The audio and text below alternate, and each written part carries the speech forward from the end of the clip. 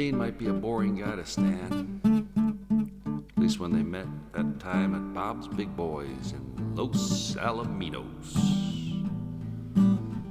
Stan wanted to talk about kung fu movies and school shooters again. He had a school shooter role for Dean to play.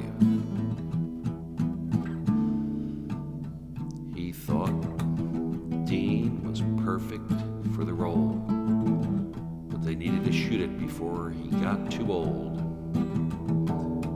He had to start shooting soon.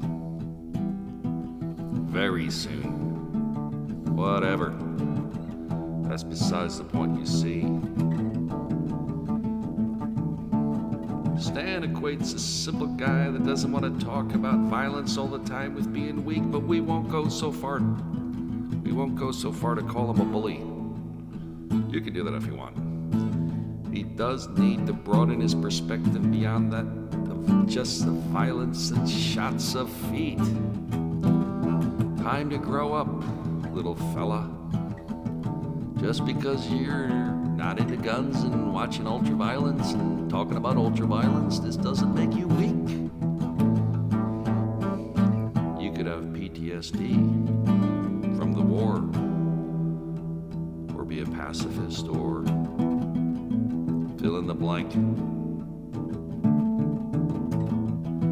Someone like Mick Nickels would just walk away from Stan after 5 minutes of him blabbering on about kung fu films, and so would Brian Lee and anyone else who bores easily.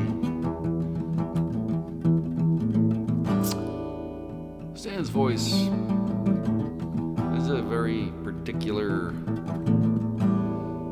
nasal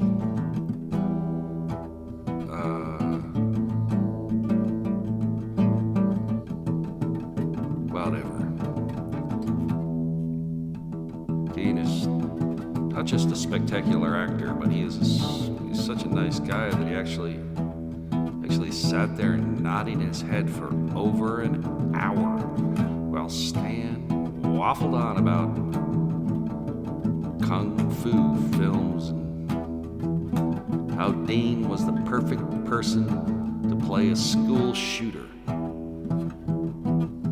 Dean said nothing because he is, like all great actors, a wonderful listener. But it backfired on poor Dean because Stan saw this as being weak, you see. He preferred Uta Hagen Daz saying, yeah, that's brilliant, Stan. Oh my God, and she kills them all. Wow. You're wonderful. I'd love to be in one of your films. Anyway, Stan passed on the school shooter film when Dean turned him down 2 days later after he read the script and thought it too silly.